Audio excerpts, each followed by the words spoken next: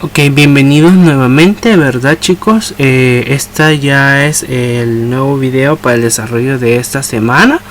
Si usted se recuerda, hemos estado trabajando ya la unidad número 3, donde hemos hablado acerca de las fuerzas, ¿verdad? La semana pasada, si usted también se recuerda, hemos visto acerca de las fuerzas y hemos relacionado, fíjese bien, en cuanto a vectores, en cuanto a graficar, ¿verdad?, la dirección de las fuerzas. Ahora bien, dentro de ellos recuerde que le mencioné que esta semana íbamos a trabajar unos ejercicios donde íbamos a aplicar las fuerzas de direcciones perpendiculares, y ese es uno de los temas que vamos a trabajar, como usted lo puede notar.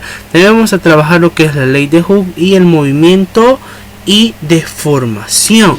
Para iniciar, entonces, recordemos, ¿verdad? Recordemos que hemos hablado acerca de las fuerzas perpendiculares, y estas fuerzas perpendiculares entonces me dice que se aplica cuando dos fuerzas tiran en perpendicular. El resultado es que el objeto se queda en una posición intermedia, ¿verdad? Entonces usted puede observar aquí en la ilustración que hay dos personas que están jalando a ambas direcciones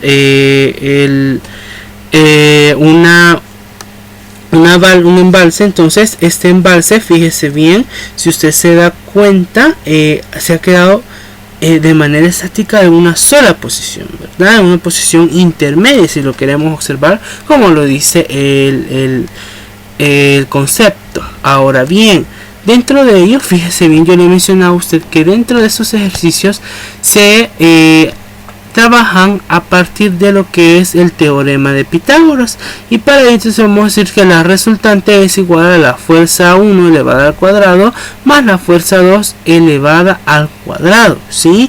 Lo mismo que en lo que sería el teorema de Pitágoras. Para ello, veamos el ejemplo que yo les exponía en la clase anterior. Decíamos que sobre una fuerza se realiza una fuerza de 30 newtons hacia el norte y otra de 40 newtons hacia el este. Encontrar, dice, el valor de la fuerza resultante. Entonces, ¿qué es lo que hacíamos? Lo que hacemos nada más es ubicar, fíjese bien, sobre o dentro, mejor dicho, de la raíz cuadrada, ambos datos, los 30 newtons que están dados hacia el norte y los 40 newtons que están dados hacia el este, elevarlos al cuadrado, ¿verdad? Como usted lo puede observar, es que esta raíz cuadrada de 30 newtons entre paréntesis elevado al cuadrado y más 40 newtons elevado entre paréntesis elevado al cuadrado. Entonces, operar nos va a dar un total de 50 newtons. ¿Qué es lo que va a hacer usted? Lo que va a hacer usted primero es desarrollar lo que está en los paréntesis, es decir, desarrollar el cuadrado, el 30 que está elevado al cuadrado. Ojo, no es 30 por 2 en ese dado caso, sino que es 30 por 30, el cual le va a dar un total de 900, ¿sí? Y luego va a operar el cuadrado del 40, es decir, 40 por 40, dos veces el 40, ¿verdad? El cual le va a dar un total de 1600.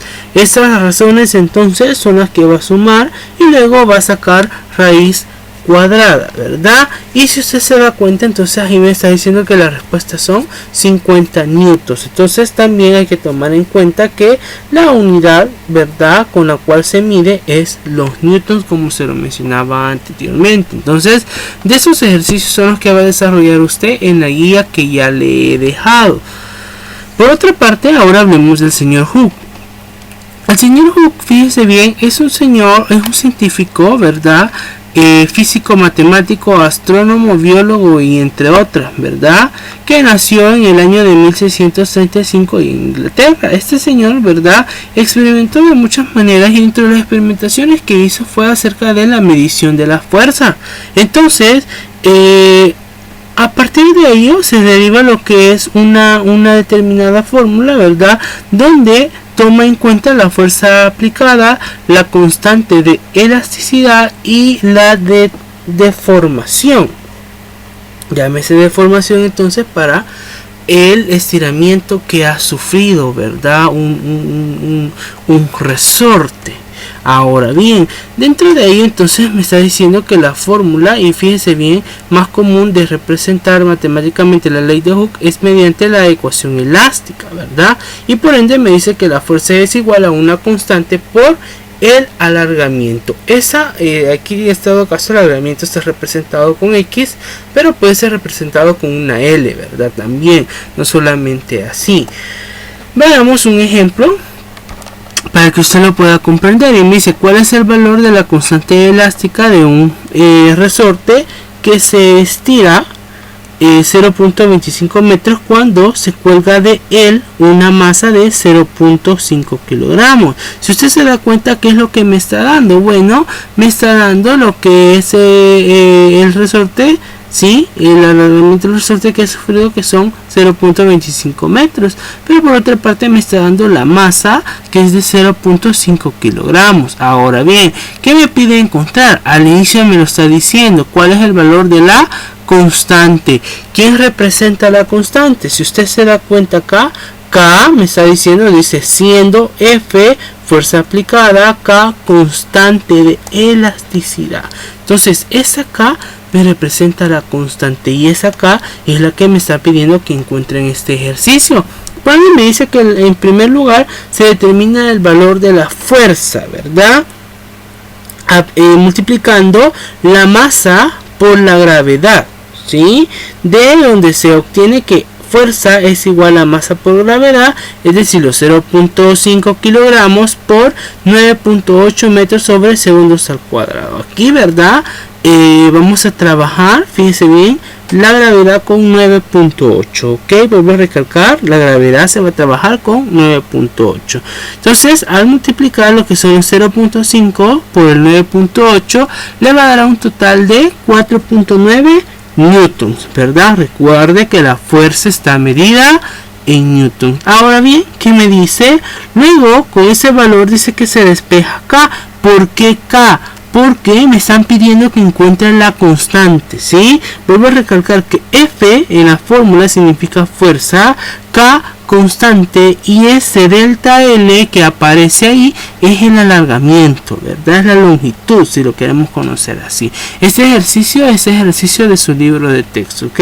Por lo tanto, entonces se tiene, si usted observa, al despejar lo que es la constante, me queda que la constante va a ser igual a la fuerza entre el alargamiento, ¿sí? ¿Y cuánto equivale la fuerza? Bueno, es el resultado que hemos encontrado de multiplicar la masa por la gravedad, es decir, los 4.9 newtons. ¿Dividido entre cuánto? Bueno, entre el alargamiento. Y me dice que el alargamiento tiene un total de 0.25 metros, ¿sí? 0.25 metros. Allá lo dice al inicio. Usted observa que dice de elasticidad de un resorte que se estira 0.25 metros. Ok, entonces al dividir esta me va a quedar un total de la constante de 19.6 newtons sobre metro. Sí, vuelvo a recalcar que es lo que va a hacer con estos datos: dividir el 4.9 newtons entre los 0.25 metros, ¿sí? Y al dividir nos va a quedar un total de 19.6, que unidades newtons sobre metros, ¿verdad? Entonces usted se da cuenta que es un juego con respecto a la fórmula, ¿verdad? Por otra parte, hemos mencionado que vamos a hablar acerca del movimiento y deformación. Fíjense bien, acá vamos a ver efectos estáticos y efectos dinámicos. Me dice que cuando se trata de los efectos estáticos es importante considerar las características de los cuerpos. En este sentido, es que pueden clasificarse de la siguiente manera: deformables y no deformables. Fíjense bien, aquí nos estamos basando acerca de las características de los cuerpos. ¿Para qué? Bueno, para poder identificar los efectos, ¿sí? Efectos estáticos en este dado caso. Ahora bien, deformables me dice que son cuerpos que se deforman al aplicarse una fuerza. Estos pueden ser elásticos si son capaces de recuperar su forma en estado de reposo después de haberse aplicado una fuerza sobre ellos, como por ejemplo un puente colgante, el cual, por efecto de la naturaleza que el viento ejerce sobre él, se deformará, pero luego regresa a su forma original al detenerse la fuerza ejercida por el viento. O plásticos, dice que también si cambian su forma permanentemente después devolverles a aplicar una fuerza suficientemente fuerte, ¿verdad? Van a volver a su estado. Un ejemplo de cuerpos plásticos es la plastilina. Entonces, cuando estamos hablando de lo que son la clasificación de un cuerpo deformable, fíjese bien, son aquellos que al aplicarle una determinada fuerza se van a volver a su posición inicial, como bien lo mencionaba en el ejemplo de la plastilina. Entonces, la plastilina, si usted se da cuenta, ¿verdad?, puede trocear la barra de plastilina, ¿sí? Puede hacerle diferentes formas y de igual manera esta va a volver a su posición inicial, ¿verdad? O puede volver a su posición inicial. Ahora bien, no deformables, me dice que son conocidos también como cuerpos rígidos, y que un ejemplo de ello es la corteza terrestre, ¿verdad?, al sufrir un terremoto, ¿sí? Entonces los terremotos, fíjese bien, son ejemplos de cuerpos rígidos, y si esos son ejemplos de cuerpos rígidos, entonces me dice que son no deformables. Por otra parte, entonces encontramos a los efectos dinámicos, que dentro de ellos, fíjese bien, podemos encontrar del reposo al movimiento, cambios de velocidad y cambios de dirección, y estos, ¿verdad?, son aquellos que determinan un cambio en el estado de movimiento. Entonces, así, en el estado de reposo al movimiento, si un cuerpo está originalmente en reposo, puede iniciar, ¿verdad?, el movimiento cuando se logre vencer a la fuerza de contacto denominada fricción, ¿sí? Y dentro de la fricción, pues ahí tenemos aquellos carritos, ¿verdad?, que en su niñez quizás los caballeros pueden recordarse que funcionan, ¿verdad?, en base a la fricción, ¿verdad? Cambios de velocidad, bueno, si el cuerpo se encuentra en movimiento cuando se le aplica una fuerza, cambiará el valor de su velocidad, ¿verdad? Si la fuerza que aplicada es en la misma dirección del movimiento, la velocidad aumentará, pero si es en sentido contrario de velocidad, la velocidad disminuirá. Entonces, significa que aquí es en base al movimiento, en base a la velocidad y en base a la dirección, ¿sí? En los objetos en cambio de velocidad tiene que tomar muy en cuenta el tipo de movimiento y la velocidad, ¿verdad?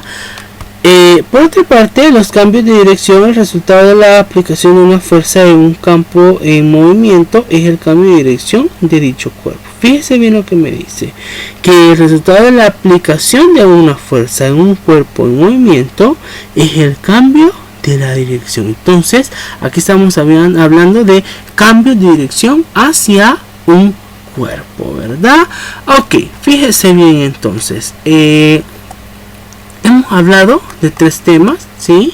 En la guía usted va a tener unos ejercicios relacionados nada más con respecto a los tipos de fuerzas perpendiculares, y asimismo va a tener ejercicios en relación a la ley de Hooke, ¿verdad? Ok, entonces les invito a que puedan encontrar en plataforma disponible tanto la presentación como lo que sería la guía a trabajar, ¿verdad? Y no queda más pues que recordarles la clase virtual, recordarles que participen en el desarrollo de sus clases. Ya saben que son evaluadas para el desarrollo de su desempeño, del periodo número 2. Ok, no hay nada más que mencionar, me despido, bendiciones.